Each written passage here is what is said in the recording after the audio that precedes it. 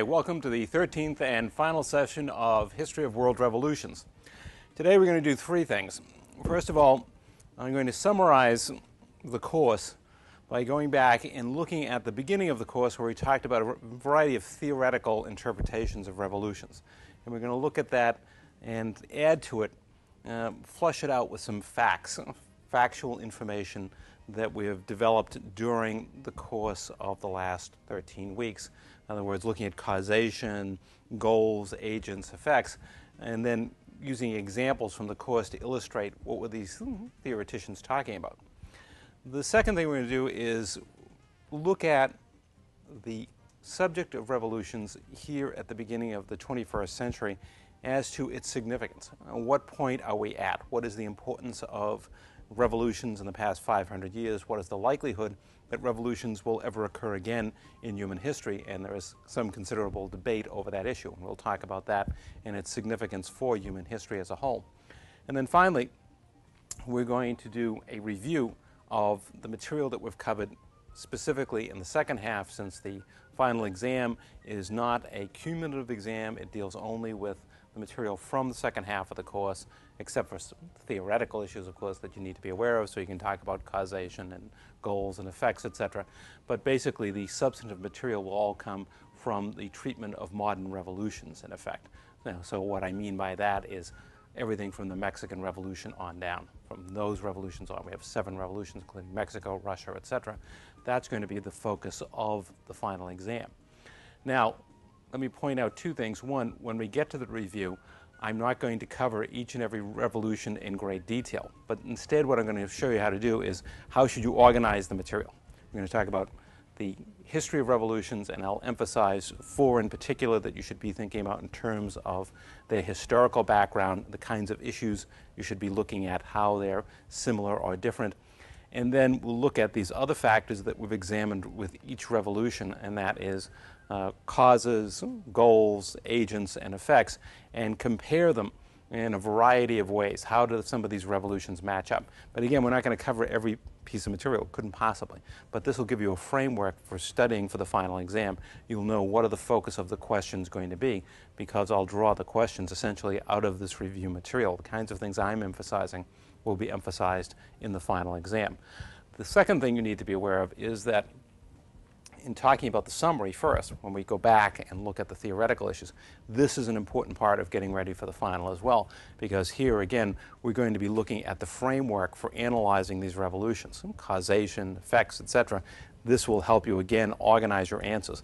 The review will make more sense in light of the summary, because the summary lays out again the theoretical structure of the course, the sort of framework we've tried to use to analyze various revolutions. So both parts, both the summary and the review itself, are important parts of preparing for your final exam.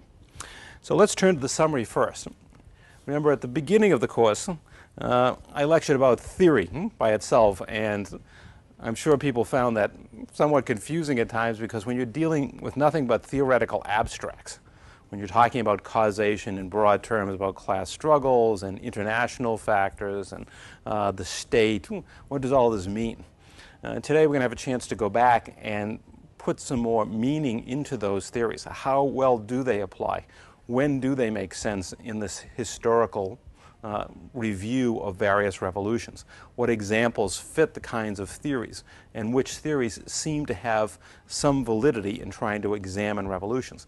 And that's what we're really going to be talking about in this first part today in the summary, and that is which of those theoretical interpretations appear to have some reasonable applicability to help explain what we've seen in these various revolutions, all the way from the English Civil War down to Nicaragua, from the 16th century down to the end of the 20th century.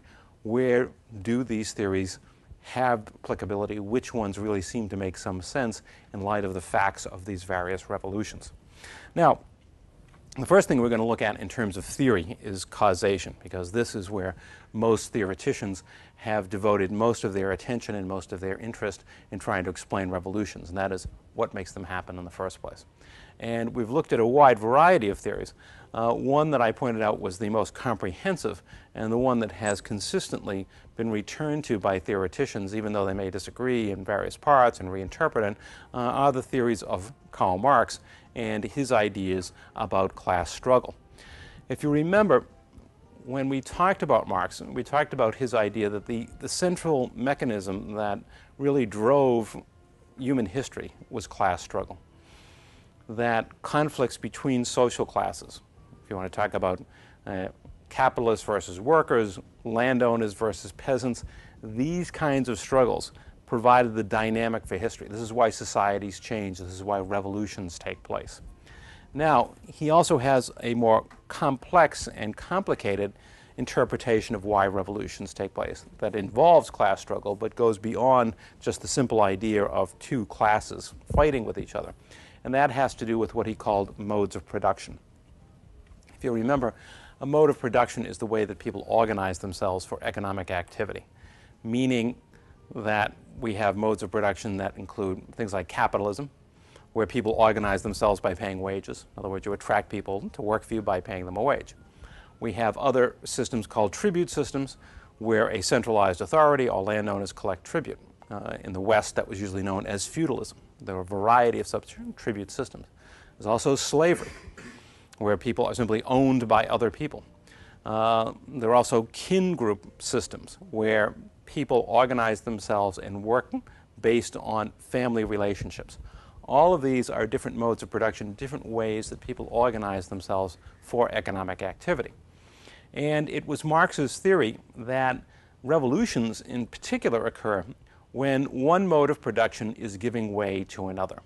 When one set of technologies used in that mode of production is becoming inefficient and has to be replaced by another set of technologies, and more importantly than that even, by another mode of production, another way of people organizing themselves. Marx talked in particular about the idea of feudalism being replaced by capitalism, that this gave way to revolutionary struggles in places like England and France. And then later, he believed, another set of revolutionary struggles would take place as capitalism itself gave way to communist revolutions, as the working class threw itself against the bourgeoisie meaning the capitalist-owning class who had replaced feudalism, that the capitalists would give way when the workers rebelled and created communist societies. That was Marx's theory. Now, how well does it apply to some of the things that we've looked at? Certainly, class struggle is an important part of interpreting what we've been looking at in terms of seeing peasants rising up against landowners, workers rising up against capitalists, factory owners, what have you. There is definitely an element of class struggle. And there certainly is transition in modes of production that lies at the heart of many of the revolutions that we've examined. To give you some specifics, what does all of that translate into, that theoretical discussion about class struggle and modes of production? Well, if we look at some of the revolutions here, we see one way that this process was occurring in some of these revolutions was with the commercialization of agriculture, a shift particularly from feudal and other types of organization towards capitalism, towards the creation of commercial agriculture. That this process of change, this shift in modes of production, lies at the heart of many of the revolutions that we've looked at in the course. That one of the fundamental issues were the changes taking place in the countryside in many of these societies, where traditional peasant societies based on subsistence agriculture, based on communal villages, based on the payment of tribute to landowners and the state, were giving way to the commercialization of agriculture. This was one of the driving forces of many of these revolutions. And I've just given a few examples here. We could apply others as well. France, England, Mexico, Russia, China. In France, we saw how the bourgeoisie, the capitalist class, was moving into the countryside and taking feudal dues and turning them into a capitalist mechanism, trying to turn a profit out of the collection of feudal dues. This putting pressure on the peasants and helping to prompt their rebellion.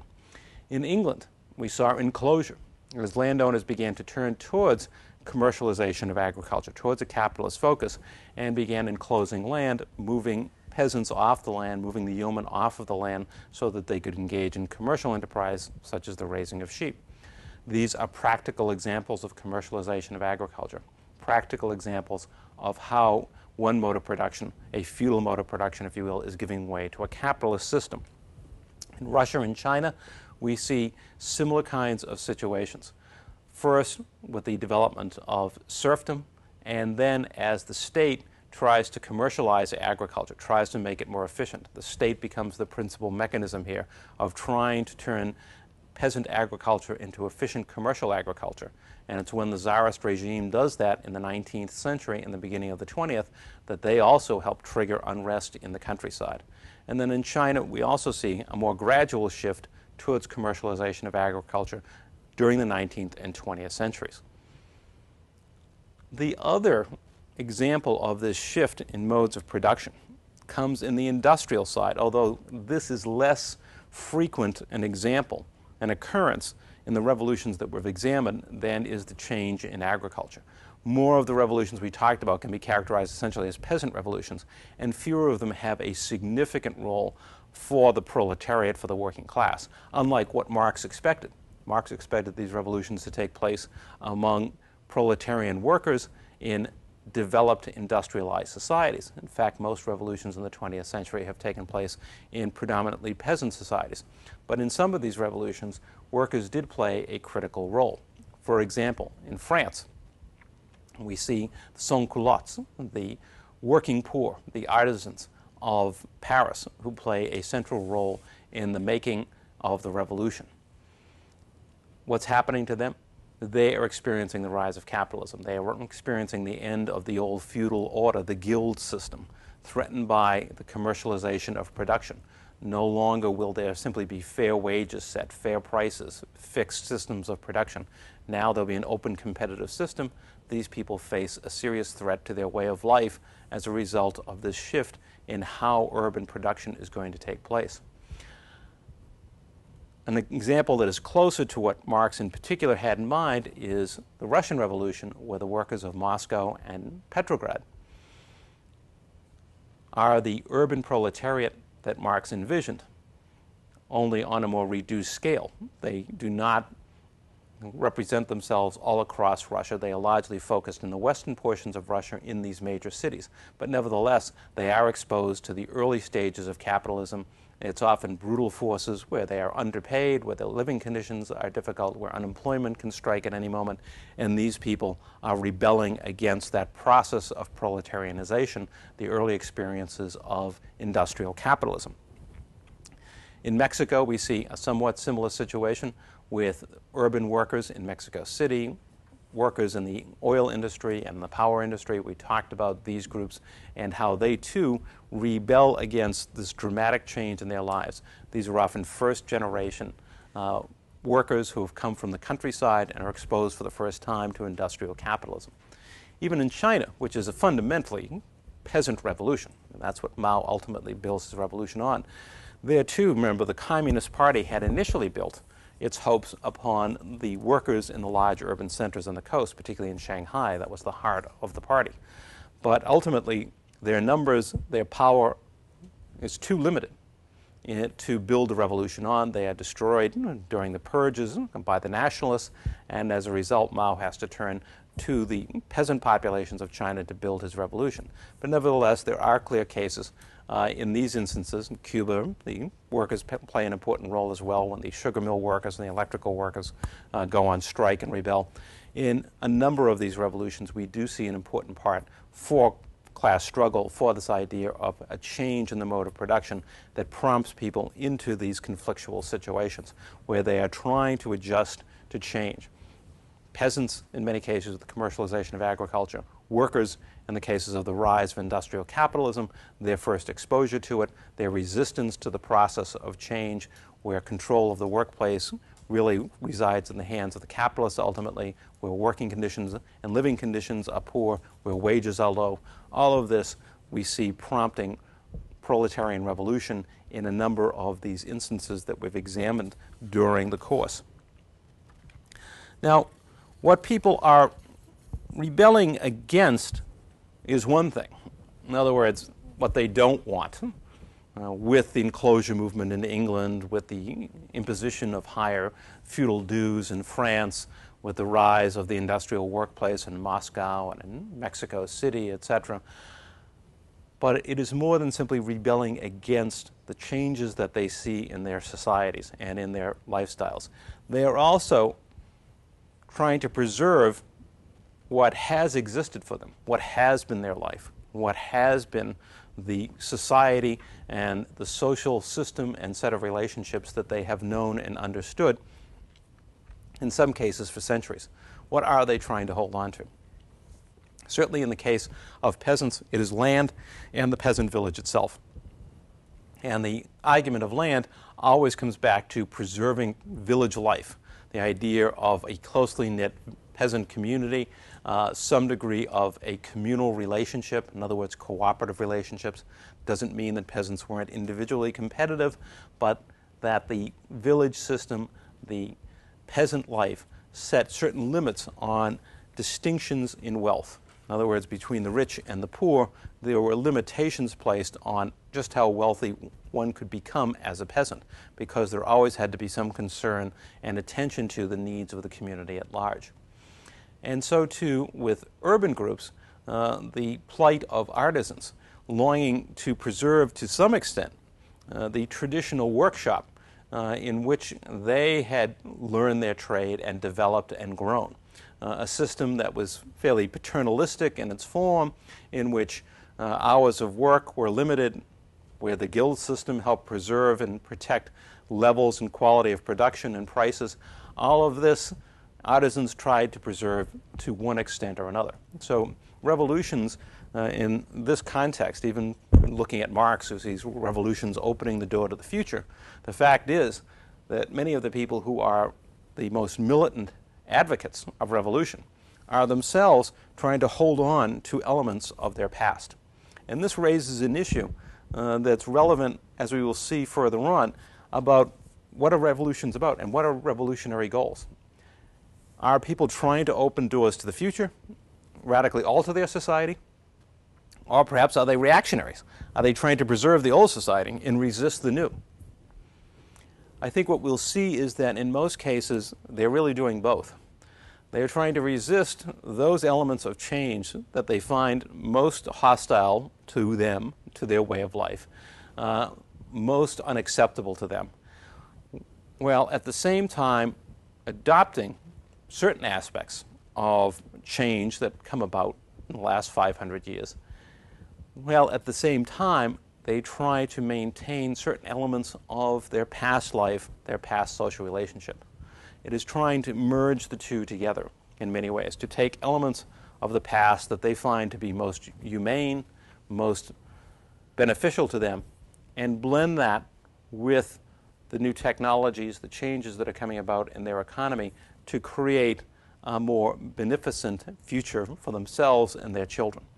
So revolutions are often a blending of these two, of the past and the future.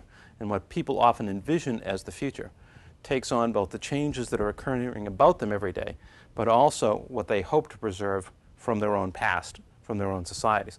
So revolutions are both forward-looking, but also cling to the past to try to preserve elements that people find they can most easily accommodate to, that hold value to them and their ancestors as well as their descendants. So revolutions have both a backward and forward-looking element to them.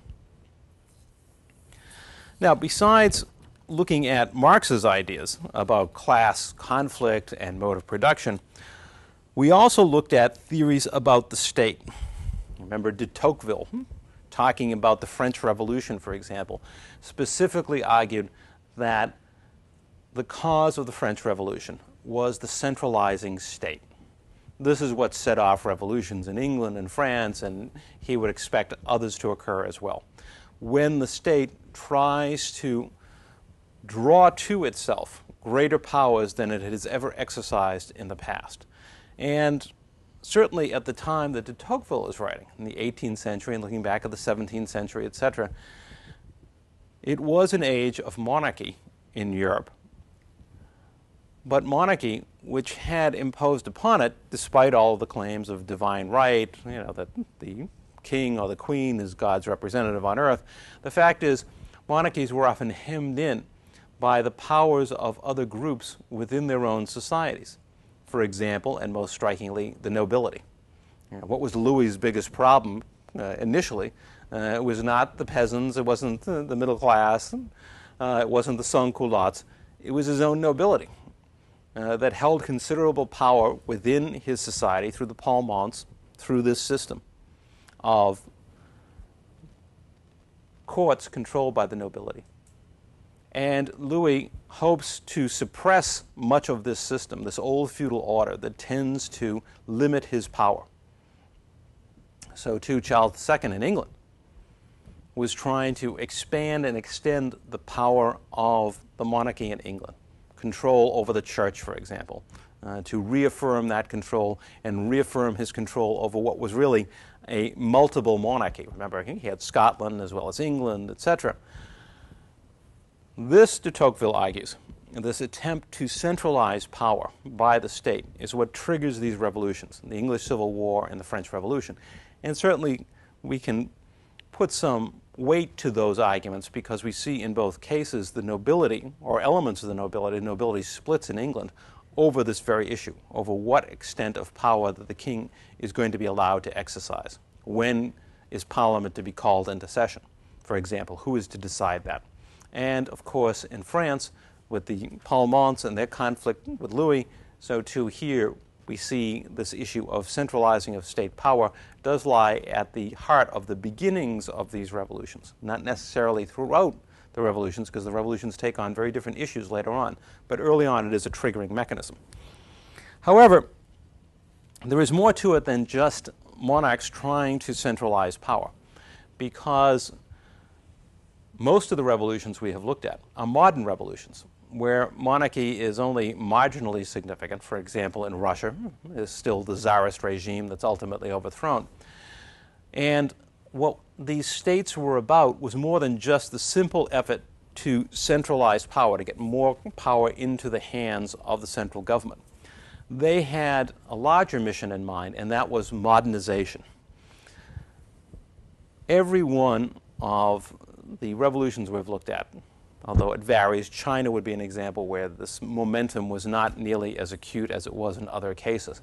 But in particular, looking at revolutions like Russia and Mexico and Iran, we see centralized governments that are intent upon this process of modernization. They want to build a strong industrial base.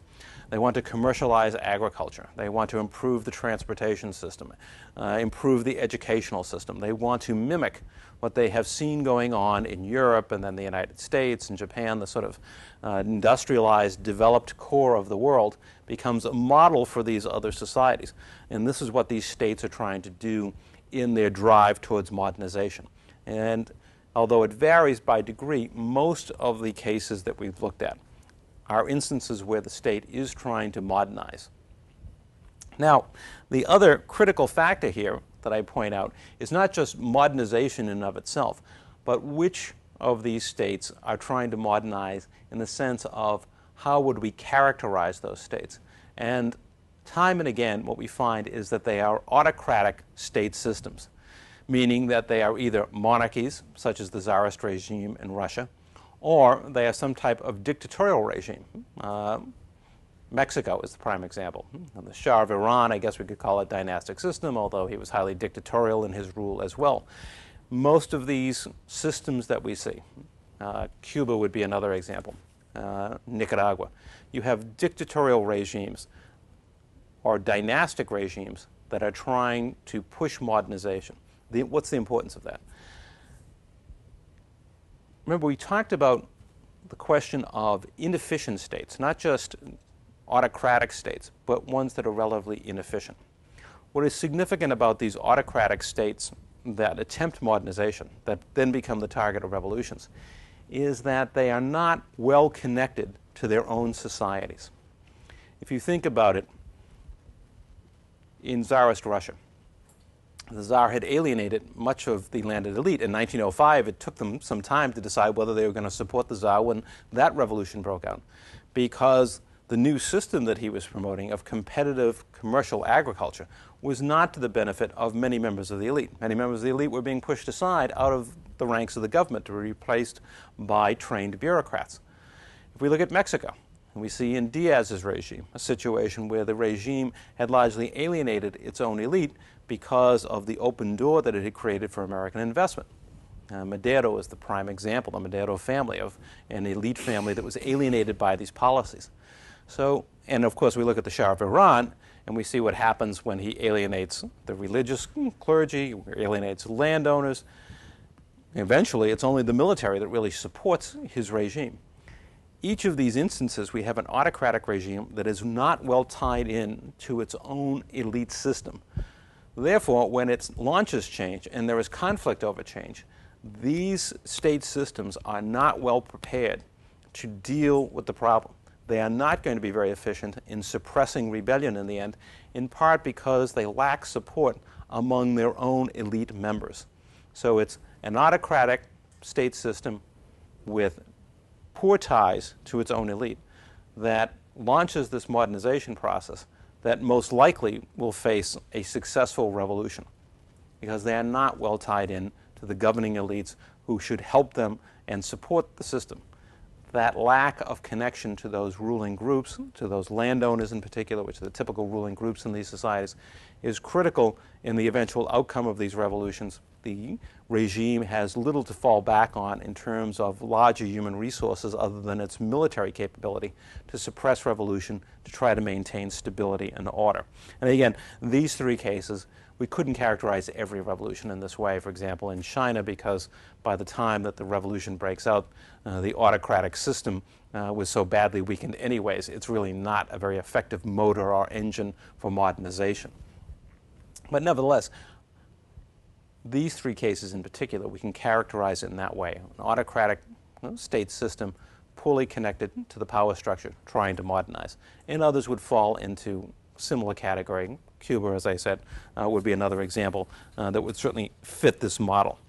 So modernization, more than just centralizing of state power, and modernization attempted by poorly connected autocratic states is another causal factor that applies in many, but not all, of these revolutionary movements. Now, there is another issue, an issue of international interests that also impacts causation in these revolutionary epochs. We talked about Theda Skocpol and her ideas about states competing internationally, but here we're dealing with broader issues than just states trying to play catch-up, trying to modernize their states in competition with other countries around the globe. One of the processes that is involved in the international side is the process of globalization. And now, I don't mean that in the contemporary sense, in the strict contemporary sense, where we talk about foreign investment, etc., but simply the idea of opening one's economy up to the world economic system in terms of trade. That alone was a significant development in many of these societies and contributes to the revolutionary process. More often than not, it had to do with the commercialization of agriculture, with the production of agricultural products for trade on the world market. And we see that, for example, in Russia and Cuba. In Russia, the creation of the serf system was intended directly to give landowners in Western Russia, in particular, greater control over peasants so they could produce more grain to export to the Western European markets. So it is an effort at globalization, at opening up to the world economy, if you will, that sets off the process of serfdom. And it is also that effort to more efficiently enter the global market that leads to the state's efforts in the late 19th and early 20th century to commercialize agriculture even among peasant groups, to get rid of the use of strip farming and consolidate peasant lands. All of this is a new step in the effort to create a more efficient agricultural system that it could export to the world markets. And we look at Cuba. Cuba becomes, in essence, an agricultural factory during the late 18th and 19th centuries with the sole purpose of producing sugar to export to world markets. This effort to enter the world market more efficiently on a larger scale sets off dramatic changes that help spur rebellion in these societies. Serfdom, the slave system, the plantation system, all of these help trigger unrest in the countryside and contribute to revolution. Now, this process of globalization often goes beyond just an effort to produce more efficient agricultural systems, to export more agricultural goods. In many of these cases, such as Russia and others, we see, and Mexico is another good example, we see dramatic efforts to involve foreigners for the purpose of speeding up the whole process of modernization, industrialization. Not just, well, we're going to convert agriculture to sugar plantations or we're going to impose serfdom.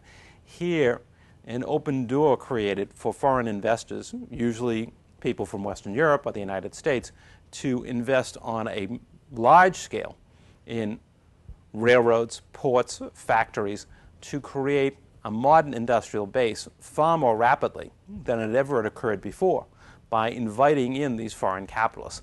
This becomes another triggering mechanism, in part because it accelerates the process of change. Here we're going to achieve an industrial revolution in 50 years, not 150 or 200 years, what it might have taken other countries. We're going to do it in 50, less if we can, because we're going to bring foreigners in on a massive scale. So we get these abrupt shifts in society. When you look at Russia again and see the massive scale of industrialization, thousands upon thousands of workers being thrown into these industrial plants in a matter of a few years. And if you look back at England and its industrial revolution that stretched over, more than a century and a half, a very gradual transition, starting with land enclosures, etc. Here the changes will be far more abrupt. And of course, they'll bring up another issue that we'll come back to, and that is that foreigners are to blame for these abrupt changes and for whatever suffering they subject people to. So it is foreigners that are the cause of our suffering. It isn't just capitalism in itself, it is foreigners who bring this particular capitalist system and cause this suffering. This has another significant influence on revolutions that we'll come back to in a moment. One other aspect of this process of globalization has to do with uneven development in these societies. If you think about the revolutions that we've looked at, time and again, we have drastic differences in wealth and poverty being created by these systems, by this effort to radically and suddenly change these economies and societies. If you look at Russia, the growth of the great urban centers like Moscow and St. Petersburg versus the abject poverty of peasants in the countryside. If you look at Cuba in a similar kind of situation, the wealth of Havana versus the poverty of the rural areas. In China, similar set of situations where you have these rapidly growing, industrializing urban centers like Shanghai and Canton, etc., and gross poverty in the countryside. The wealth disparities, even within the countryside itself, between the wealthy few who are locked into or linked into this globalized agricultural system, who are producing for the world market, and the vast majority who are not successful entrants into that system and who are impoverished. So great disparities between urban and rural areas, between rich and poor, especially in the countryside, are created by these systems. Whether we talk about development that is prompted and assisted by foreigners in places like Russia or Cuba, or outright colonialism in places like Vietnam, or situations approximating colonialism, such as in China, where the treaty port system gave foreigners enormous influence over the coastal areas. In all of these instances, this process of entering the global economy causes acute disparities. It may well create economic growth, but it also is creating enormous disparities between rich and poor that help serve as a triggering mechanism for revolution. Another factor that comes into play, among modern revolutions in particular, is the issue of nationalism. And it is, in many cases, a motivating force. In some ways, nationalism, in the case of the French Revolution, is a product of the revolution. that people really hadn't foreseen or envisioned at the start of this process. Once the king is gone, and his head is chopped off, how are we going to organize ourselves? Well, that became an issue. It was a bridge they'd cross when they came to it. But in later revolutions, after the French Revolution and after the French and American revolutions had established the concept of a nation state and a popularly governed nation state, then the aspiration to create a nation becomes a motivating factor in many of these revolutions. Now, the idea of nationalism grows out of, in part, the decline of what I called universals. If we went back several centuries, went back to the beginning of this epoch of revolutionary outbreaks, back to, let us say, the 1500s and the 1600s, in that time period, much of the world, most of the world's population, belonged to vast imperial systems. Whereas the Chinese Empire, the Ottoman Empire, the various dynastic and imperial systems of England, France, etc. Russia, another great imperial system.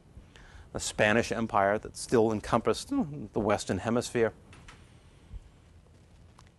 People's identification at that time in history was with these dynastic systems. They did not think of themselves as citizens of individual nations, but as subjects of one imperial or dynastic system or another. And so too, religion had a universality for many people, particularly Christendom, Christianity in the West. But some of these universals begin breaking down in subsequent centuries. Most of these imperial systems, the Russian Empire, Chinese Empire, the Ottoman Empire, and even some of the larger dynastic systems of Europe, start to crumble over the centuries, leaving people with a question of identity. How will they establish an identity for themselves? Example I gave a moment ago, when the French Revolution occurs, when the French dynastic system collapses, what are we going to replace it with?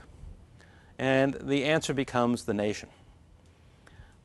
A nation becomes an idea around which people can organize themselves in place of the old dynastic systems, in place of the identifications with what were considered to be universal religions. Now there is a new concept of nation around which they can organize. And the opportunity, the desire to create such entities becomes a motivating force in many of these revolutions. Now, as I pointed out, one of the things that the concept of nation does is it helps give people a larger sense of community and identity. They begin to think in terms of the common characteristics that they share with people around them. Common border, common language, common historical experience in many cases, perhaps common ethnicity, although that is not always the case. That sense of community gives people an idea around which, and a structure really, because nations take on the structures of nation states, around which they can organize themselves in future decades and future generations. Now, why does this become such an important concept for many of the revolutions that we looked at? The reason is that so many of these societies that we have looked at were the subject of foreign domination during the 19th and early 20th centuries. The idea of foreign control, particularly the idea of foreign colonialism and imperialism, and the attitudes that imperialists often brought in terms of the racial inferiority of the people whom they governed. These provide powerful new motivations for revolutions driven in part by concepts of nationalism. If you look at some of the cases we've examined, China, Vietnam, Cuba, Mexico, time and again we see instances of societies that were either colonies, especially of Western powers, or societies where foreign forces, particularly Westerners, had a dominant role. China was not a colony of any Western power, but its major urban centers were dominated by foreigners. The treaty port system. Cuba was a Spanish colony, and then although the United States did not make it a colony, the United States was the dominant force. Vietnam, subjected to French colonialism from the time of the 1870s and 80s onward. All of these instances give a new strong motivation for a drive to create an independent nation state. And of course in Vietnam, it has a longer history than that because the Vietnamese had been struggling to throw off Chinese dominance for centuries before the French ever arrived. This idea of identity, which is focused on the imposition of foreign control, is a powerful element in many of these revolutions. That's why it's often difficult to debate the issue of, for example, the Vietnamese Revolution. Was it more Marxist or more nationalist in its orientation? The idea of throwing off these foreign forces becomes a vital part of many of the modern revolutions that we have looked at. This sense that only when those foreign elements are overthrown can the people of this community, this society, really achieve their destiny. And of course, even in societies which have complex makeups in terms of ethnicity and language, oftentimes they are able to bond effectively by identifying the foreign dominator as the other. We know who we are, okay? Even though among the Chinese you find a variety of ethnic groups and dialects, etc., we can still identify ourselves as Chinese because we know who the foreigners are. Those are the foreigners. Those are the people who are not like us. As much as we may be different in a variety of ways, these other people are completely different from us, and they've tried to impose this foreign culture. So our identity can overcome the differences among us. Time and again, we see this kind of bonding occur because of the imposition of foreign control. And it is that imposition of foreign control and the attempt to modify and alter these other societies which helps explain why this idea of nationalism becomes such a vital force in modern revolutions, because so many of these societies were subjected to foreign domination. Now, outright domination is not always the key factor. For example, Iran was never a colony of any Western power. It was not technically even subordinated by the Ottoman Empire. And yet, the idea of rejecting external influences becomes an important part of this revolution and other revolutions. This is not just a question of being controlled and dominated from the outside that spurs these revolutionary movements. There is something more to this process, and that is a rejection of external cultures, external values that are in strong conflict with the existing society's values. I've summarized this during the course by talking about Americanism, because the United States, this society, became the principal example of what a modern Western society was all about. Here in this country, we see the development of the second industrial revolution, the first society to undergo that, the first truly modern society here in this country. And the United States takes upon itself the idea of promoting these developments and these values across the globe. So much of what becomes anti-Americanism around the globe is a reaction to the kinds of values and ideas that typified the United States and that the United States was so anxious to spread around the globe. One of those ideas, consumerism. Again, this idea had a practical application in the sense that expanding consumption of products by the typical citizen in American society helped overcome problems of overproduction. At the same time, the fact that people would focus on the consumption of these goods as a major reward in their lives helped maintain social stability. If we can provide you with goods that you seek and desire, we can maintain stability and order, particularly among working people in our society. But more than that, and indeed at the heart of this whole idea, was the idea that central to human happiness is the consumption of material goods. This is what makes American society, a modern consumer society, anywhere, different from societies that have existed in the past. Certainly people have exchanged goods, bought and sold items, but never has commercial activity so deeply penetrated a society, in the sense that almost every aspect of one's life, whether it's education, whether it's health, whether it's nurturing of children, etc., all of this is based on commercial activity. You buy healthcare services, you buy childcare services, you buy education. And the idea that this set of interactions with material goods and services is what nurtures human happiness. Again, the idea in itself may seem largely harmless to people that grow up in this society. But in other societies, this type of focus on consumption of material goods is considered an anathema to the values of that society.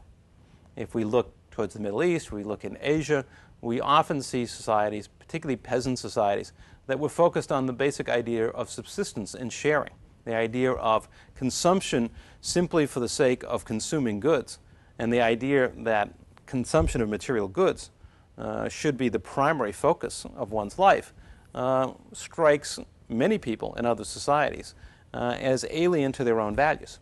Values promoted by religions such as Hinduism, etc., that suggest the importance of self-denial, etc. Well, consumerism lies at the opposite end of the scale of self-denial. The more one indulges oneself, the happier you'll be. Competitiveness, another issue that lies at the heart of this conflict between modern values as promoted by the United States and values held by other societies. The idea that competition is at the heart of the improvement of human society, that opening up every sphere of activity to competitiveness is the key to making a society better. That only when people compete with each other in a social system, try to outdo each other in terms of how efficient they can be, at what price they can sell a good, only when they are driven by those kinds of ideas and values will a society improve.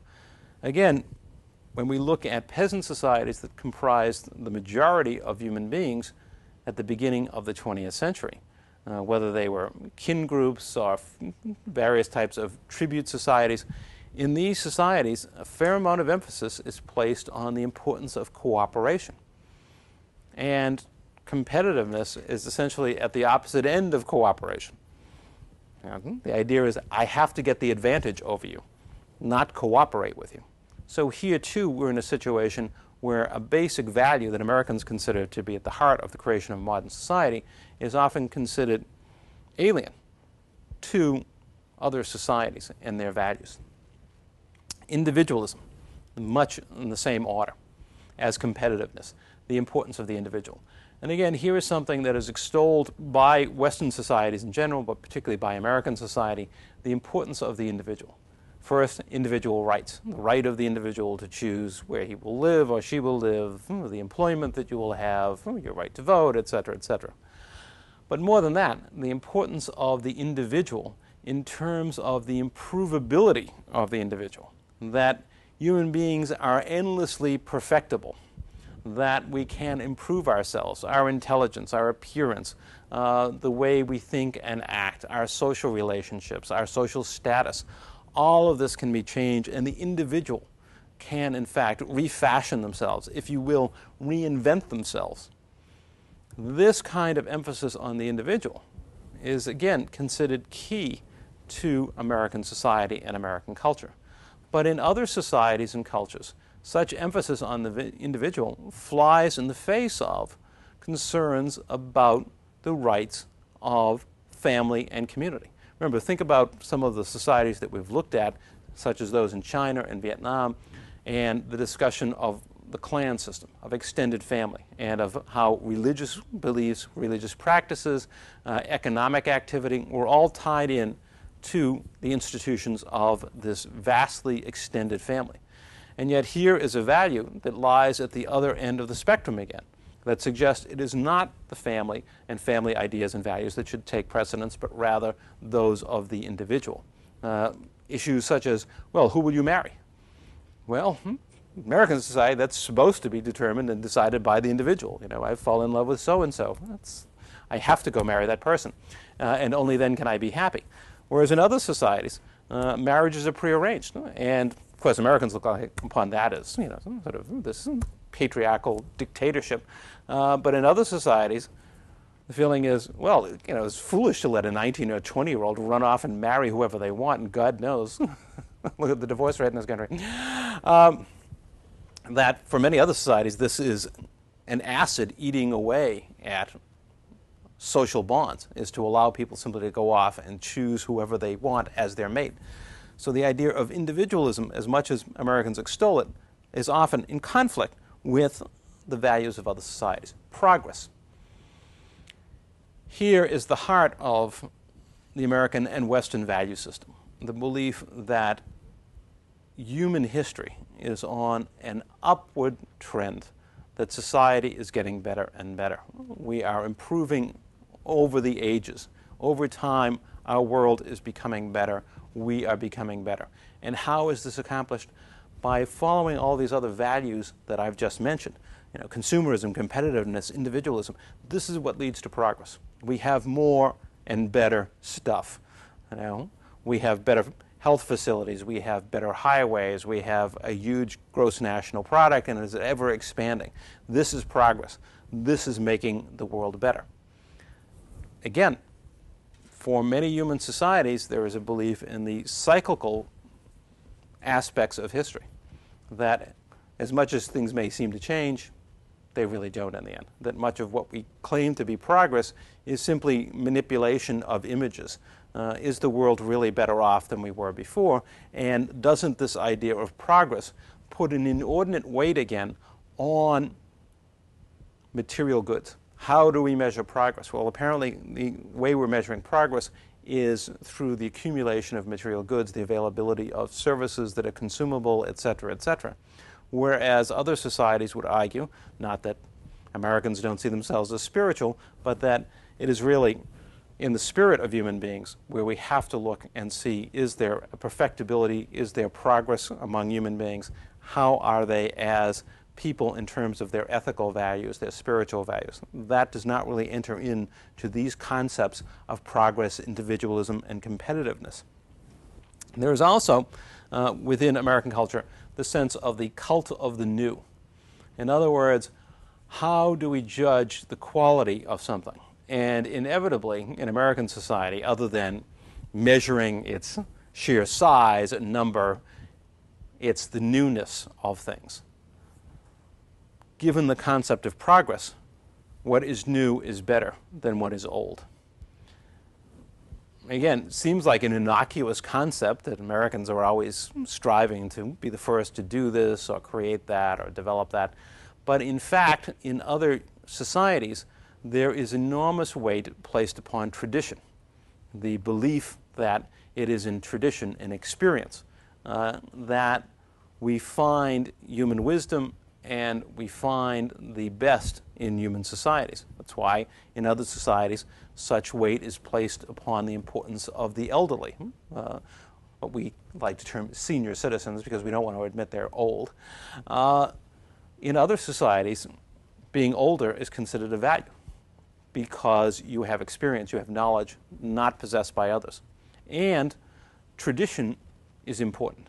The exercise of traditional ideas, traditional rituals are considered to bond a society together, to re-experience events that existed in the past, reaffirm values from the past. American society in general diminishes those. Yes, we set up historical monuments, etc., but that's a tiny part of what we do as a society. And it's mostly done to attract tourists. So they'll spend money and we'll progress. Other societies consider these rituals and these ideas from the past as central to their social order, to their society and its values. And all of this, of course, has been promoted by the United States down through the 20th and into the 21st century as central to the development of a world society, one that will bear the mark of the United States, that the United States has sought through a variety of methods, not only diplomacy, but communications, through aid programs, whatever means was available to open up the world to this set of ideas and see these ideas flourish and influence other social systems through foreign investments, through telecommunications, et cetera, et cetera, et cetera. The importance of all of this is that the United States has served as the principal mechanism for promoting this modern society, this process of modernization. If you want to define what a modern society is, that has been American society in the 20th century.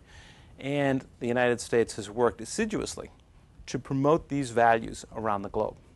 Inevitably, even where the United States has not actually physically dominated other societies, and that has only rarely happened, the promotion of these ideas has come into conflict with societies around the world. There is a strong element of anti-modernism in the revolutions that we have examined. Again, this idea of reaching for the past. Much of what we see in modern revolutions is a rejection of many of these ideas. Take China, for example, as a classic example. What is Mao trying to do? He's trying to create a new society, a society in which there will not be a meritocracy. In other words, a group of people who dominate the administration of the economy and the political system because of their ability to achieve and advance within a competitive individualistic system. That's exactly what Mao is opposed to, trying to avoid that kind of thing. Opposed to a consumerist society. You know, people are going to essentially wear the same kinds of clothes. Opposed to intellectual elites. Trying to create a new human being who would focus on the idea of society, that society's needs and interests would come first, not those of the individual. In many ways, Mao's version of Marxism is diametrically opposed to the basic ideas of Western modernization as personified, as imbued in the United States as a society and a state system. Here we see this absolute set of opposites. And in other revolutionary situations, we see similar kinds of developments, attempts to create or recreate communal peasant societies. Again, what are they trying to do? They're trying to avoid this process of modernization, at least as it is typified by the United States in this set of values and initiatives that have been promoted throughout the 20th century. So this is another important causal factor in looking at revolutions in the modern world in the 20th century. Time and again, these revolutionary movements are not just about internal conflicts, not just about class conflict and changes in mode of production, not just about centralizing or modernizing states, and not just about the promotion of nationalism. They also represent a rejection, at least in part, never entirely as we'll see, but at least in part, of many of the ideas and values that constitute a modern society in the 20th century. People are reacting against this in large measure because many of these ideas come into conflict with values that are inherent within their own societies. So the reaction to modernity, against modernity, as epitomized by the United States in the 20th century, plays another important role in almost every revolution that we have looked at. In fact, every revolution. Another example, Iran. Again, much of what Iranian revolutionary doctrine has to say about an Islamic society is also set in a context of what an Islamic society is not.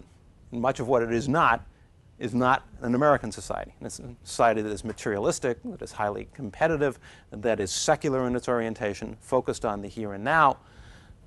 This is what the Iranian Revolution is opposed to, much as Mao's Communist Revolution in the 1950s. Couldn't think of two revolutions that would be further apart ideologically from each other than an Islamic revolution and the Chinese Communist Revolution. But in the end, they share this common causative factor, a reaction against many aspects of modernity as typified by American society in the 20th century. Now, having looked at goals, or rather at causation from a variety of directions, looking at class conflict, at the state, both as a centralizing institution and as a modernizing institution, and at other elements such as nationalism that are internal, while at the same time examining external factors, the process of economic globalization, and more generally, this process of modernization as typified and often promoted by the United States. Having seen all of those causal elements and where they came to play particular roles in these revolutions, we now need to look at, well, what were the goals? We know what was driving many of these revolutions, a combination of the causative factors that we've just looked at. But what about the aspirations of these societies? One that immediately strikes you as contradictory in some ways to what I've just been saying about causation, about Americanization, etc., is economic development. Now, we've been pounding away at the fact that many of these societies were rejecting, capitalism, the development of industrial capitalism, commercialization of agriculture, and then the ideas of a modern society in the form of Americanism, Americanization. But it is also true that economic development was a consistent goal of every one of these revolutionary movements in the 20th century. Every modern revolution has this as a goal. Because remember what I said earlier about the past and the future, that people are trying to hold on to elements of their past while at the same time accepting and integrating new developments that point to the future. None of these societies reject the possibility, indeed see as a goal, all of them see as a goal, the idea of improving their capacity to produce material goods and services. All of them want to achieve that. They look at the developed societies of the world, whether it's in Western Europe, the United States, Japan, and set that type of material achievement as a goal. They too want to be able to ensure longer lifespans, more prosperous life for the vast majority of their populations. But it's a question of how do you get to that goal? What means do you use to achieve that process of economic development? So this rejection of modernity and of capitalism is a selective one. Much of what is capitalism, these revolutionary movements have rejected. Much of what is Americanism, these revolutionary movements reject. But they do not reject the ideal of trying to achieve material prosperity in their revolutionary endeavors. It is just how will they go about doing that? Remember, Mao had nothing against economic development. He was desperately trying to promote it through small enterprises, the small blast furnaces. The Great Leap Forward was intended to push China even further ahead than it had come in the early stages of the revolution. And indeed, between 1950 and 1970, as we saw, there were tremendous leaps forwards in terms of agricultural production, industrial production, etc. It's a question of how do we go about achieving that goal? Do we use the methods of capitalism? Do we use the values of American society? Or do we seek alternatives? And that's what many of these revolutions are trying to do. National self-determination. This goes back to the causative factor of nationalism. And in almost all of these revolutions, this is in part a reaction against external domination in the form of colonialism, such as in Vietnam, or simply external domination of economic and political institutions, such as the relationship between the United States and Cuba. So part of it is, again, reactive. What we're against, just as revolutions were against, in many cases, the developments of capitalism. So too here, they're rejecting imperialism, colonialism, or other forms of foreign domination. But it is, at the same time, an assertion of self-identity. What is the identity of these people, and how are we to rally ourselves to achieve this goal of economic development and other changes? What is our rallying cry to be? And the answer is the nation that we are creating in the process of the revolution. Our goal is to create a common state system, people who share common values, common language, common history. So it is both a rejection of external domination and an effort to create a sense of community. Because in the modern world, where else is one to find a common sense of identity? And we talked about the Middle East in particular, an interesting example where you have Islam and you have the idea of secular nationalists. But even in a case like the Islamic Revolution, even in that instance, much of the discussion of the revolution focuses not just on an Islamic society, but on Iranian nationalism as well. Iran as a nation, as an Islamic nation. So even there, in an Islamic revolution, the concept of nation has played an important role in setting its goals. And then political participation. In each of these revolutions, the revolutionaries were dealing with a state system, whether it's a colonial system, a dynasty, a dictatorship, which excluded the vast majority of the population from any effective participation. So all of these revolutions, to one extent or another, take political participation as one of their goals. Now, that is not to say that most of these revolutions are going to produce electoral systems, that the West can easily identify with. We have officials running for office and a ballot. Iran has that, but we saw there are controls over that. But participation in the sense that people will have an effective role in shaping the revolution and the state itself. We see that in the Russian Revolution, the vast expansion of the Bolsheviks' membership during the early years of the revolution itself. We see this in other revolutions where the Red Guards and other movements, the setting up of communes and militia systems based on the communes in communist China.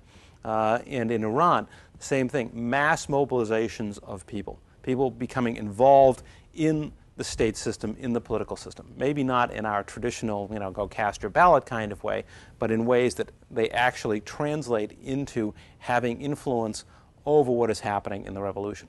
So all of these revolutions have as a goal, and indeed a reality to some extent, the mass participation of the population in shaping events in the revolution and in the developing state. Now, given what we talked about causation earlier, one other one that is a major factor in all of these revolutions is the question of alternatives to capitalism. And a variety of approaches are used in these revolutions that these people see as achieving development on the one hand, while avoiding the disparities of wealth that are so common in capitalism itself. Time and again, in these revolutions, we see efforts to achieve peasant proprietorship, to put land back in the hands of peasants, to restore common lands. Again, a way of redistributing wealth within a society, because when peasants are given land back, as they were in places like China and Vietnam and Mexico, this is a way of restoring economic power to groups that had been disenfranchised economically by the loss of land in their society.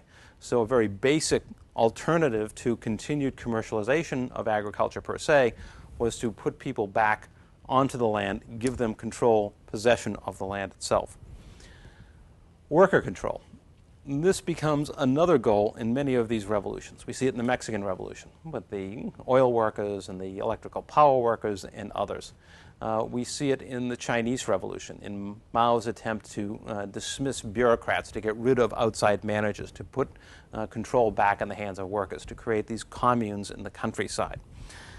Now, more autocratic methods, if you will, top-down methods, were also used in the creation of centralized economies, in part for the purpose of spurring economic development, but also the belief that a centralized economy could then promote socialism, could redistribute wealth, that if there are inequities that develop as we move towards economic development, we will adjust those by using state mechanisms, the power of the state to redistribute wealth to people. You know, the state can build free housing for people. We see this in Russia. We see it in China. We see it in Cuba. Provide free health care, etc. The state can use its resources and its mechanisms to create a more equitable society, a socialist society, by redistributing some of this wealth. Again, we come back to this issue, are we rushing into the future or into the past? And in fact, in all of these revolutions, it is a mutually reinforcing goal. They are seen as symbiotic, in essence, to try to go back to a time of artisan control of material production in urban areas, to go back to peasant proprietorship, while at the same time pushing the society forward towards a modern economic development, a modern economic system. This was the goal, at least, of these revolutions that we have looked at in the modern era, to try to achieve the material levels of production of Western and other developed societies, such as Japan, but to do so without creating the disparities of wealth, loss of property, loss of worker control that had occurred as a part of that process in the West. Then actors. And here, this is just a rough attempt to break out who's trying to achieve what in these revolutions. Peasants, land, but more importantly, preservation of the peasant community. Because what land means to these people is not only economic sustenance, you know, I can't live unless I've got some land to grow my crops on, but it means participation in their community. You can't have a peasant community without land. In China, as we pointed out, without land, you really were not an effective member of the clan. That meant you couldn't effectively worship your own ancestors even. So this had social and religious as well as economic implications for people. For workers, worker control wherever possible, to take back the workplace so that workers would control it rather than managers, as occurred in capitalist enterprises. And even where that might not occur, some type of socialism, using the state's resources and powers to redistribute wealth to create a more equitable society. And as far as the middle class goes, expanded economic opportunities. If you think of Vietnam, for example, as a classic case of a frustrated middle class, but so too in Mexico and elsewhere, a feeling of the middle class, Nicaragua being a good example, that they were being left behind, that opportunities were not being created for them, even if their economies were growing, even if their economies were involved in the process of globalization. The truth is it was not translating into economic opportunity for them. National independence and national development. Here, I assign these to the middle class, but we could just as easily talk about national independence and national self-determination as a goal of the peasants and the workers, because these groups were also nationalistic. It's just that the middle class was often more articulate, were often the literate groups who most clearly expressed these ideas. But we find some of these same sentiments among workers and among peasants. And finally, national development was again something that was considered a common concern among people, but it's particularly the middle class that tends to take the leadership role in this process. It is the intelligentsia, if you will, leading the Communist Party in China or the Bolsheviks in Russia, etc., who take the lead in enunciating these concerns and these goals. And finally, effects, which shouldn't be terribly surprising considering the causes that we've been talking about. One of the effects of these revolutions, in most cases, has been a blow to colonialism and an achievement of national liberation, creating of independent states, overthrowing of old colonial regimes, or if not colonial regimes, that externally dominated these societies. Economic development. This can't be considered a complete achievement of all these revolutions, but when we look at Russia and China, Mexico, etc., we see these revolutions have rapidly advanced their countries into a process of economic development. Not always evenly, not always efficiently, but far more rapidly than they had ever advanced before. Solving the peasant problem, and this achieved in a variety of different ways, through the collective farms in Russia, through returning land to the hands of peasants in China, but oftentimes in the end at great cost to much of the peasant population. Very often peasant populations that were such an important revolutionary force and a concern of the revolutionary leaders have ultimately suffered in the attempt to make agriculture more efficient, even as land was redistributed. So often peasants have suffered in the solution of the peasant problem. Social and economic equality, still an ideal as much as a reality in these revolutions, but most of these revolutions, time and again, have made strenuous efforts to redistribute some elements of wealth and to narrow the vast gaps in wealth that existed prior to the revolution. And finally, all of these revolutions, to one degree or another, but particularly places like China, have exhibited this anti-modern, anti-American orientation. The idea that America represents many of the values of modernity that these groups most deeply oppose, that are most in conflict with their own values. Iran would be another good example. All the while seeking to achieve the material prosperity that modernity has brought, but rejecting many of its values and ideas. This is the dualism of modern revolutions.